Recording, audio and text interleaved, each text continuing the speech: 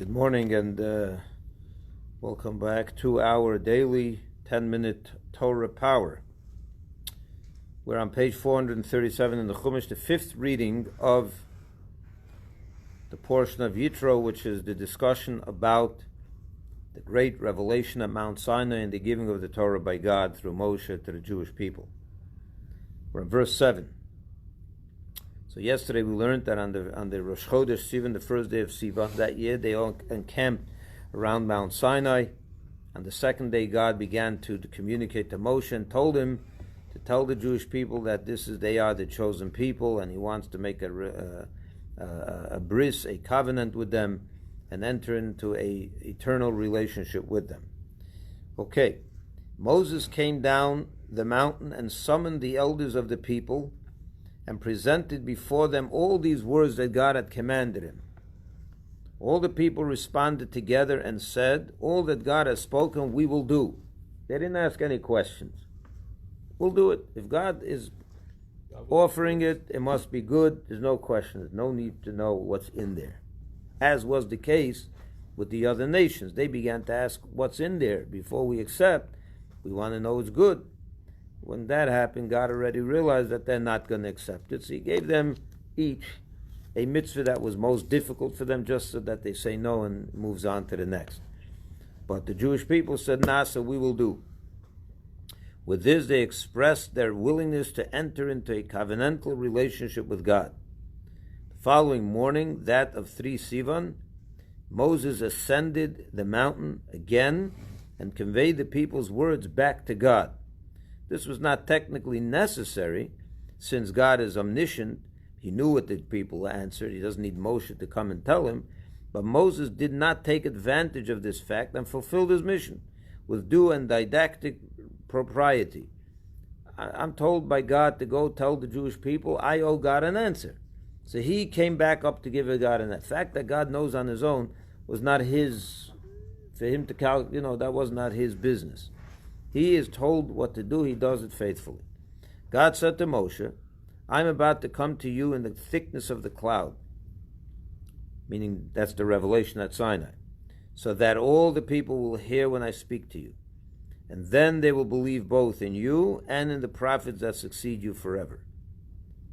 Moses descended the mountain and relayed this message to the people.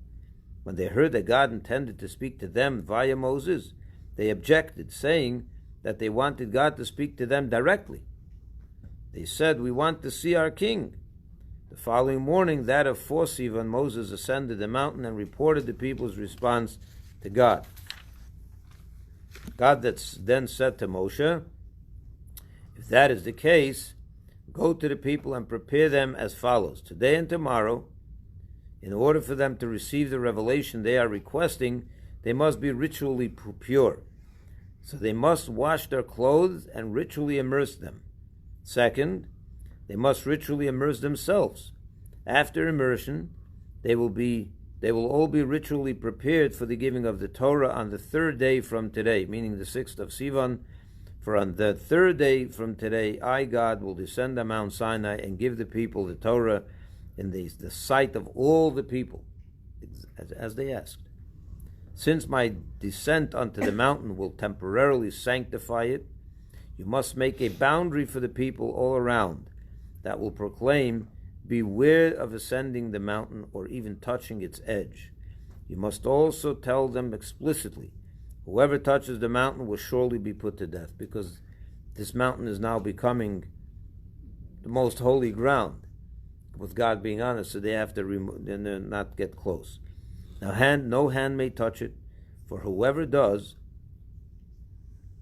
will be stoned. Severe stuff. In accordance with the procedures for execution by stoning that will be detailed later. The transgressor is to be first cast down from an elevation twice his height. If he dies from the fall, there is no further need to stone him.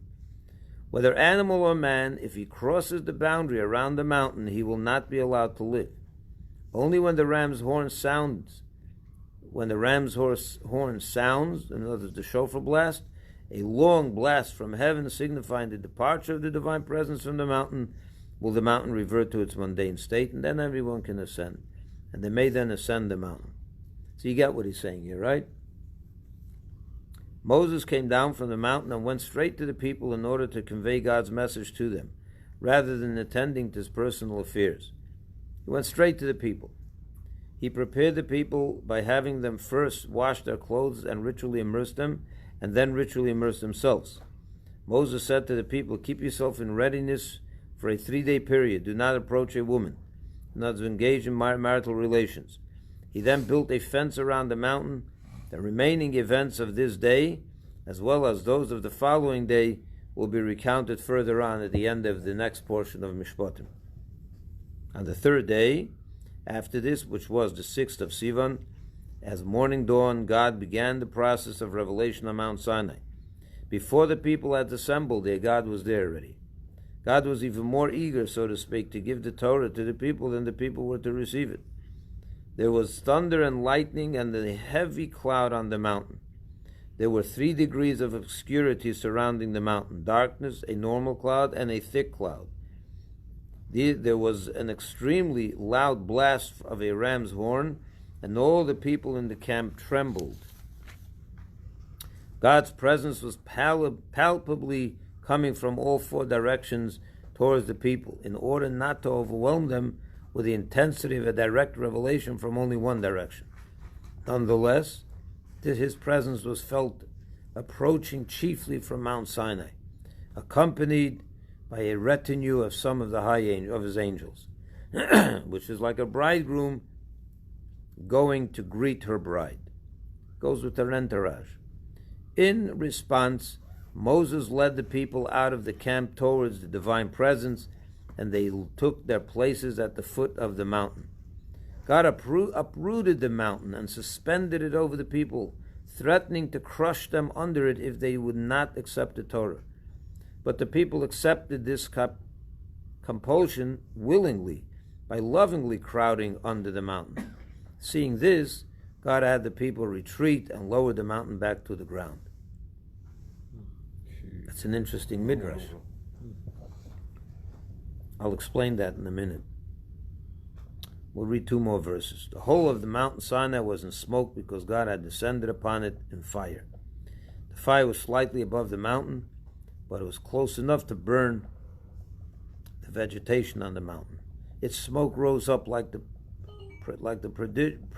prodigious smoke of a lime kiln, but in fact much higher, for the fire reached up to the midst of the sky, and the entire mountain quaked violently. In contrast to the sound of the ram's horn, blown by a mortal person, which dies out as he runs out of breath, the sound of the ram's horn was here at first heard softly, so the people could get used to the volume, but it grew increasingly louder without any break. When God later articulated the first 2 commandments, he spoke over this sound. When Moses spoke the remaining 8 commandments, God responded to the weakness of his mortal voice by amplifying Moses' voice so that it could be heard throughout the entire camp. Okay. A few points. That's an amazing sight. Yeah. A few important points over here. Number 1, the thing with the lifting of the mountain over the Jewish people's head, that sounds like coercion, right? We're always told that the Jewish people accepted it willingly. Nasa v'nishma, they said, we will do, we will hear, we will listen. So which one was it? So the Talmud says something very interesting. The Talmud says that in truth, because God lifted the mountain over their head and coerced them, the Jews always had an out to say we were, this was forced on us. So when they were always, they violated the laws and they didn't do what they had to, this was a good excuse for them to say, well, we really didn't accept this willingly. But all that changed when the story of Purim happened. Because over there it says, and how many years later is Purim from this point? 900 years later. They then said, they accepted the Torah after the miracle of Purim completely, willingly, and with their own volition. There was no coercion, nothing. So the excuse was No more excuses, as they say.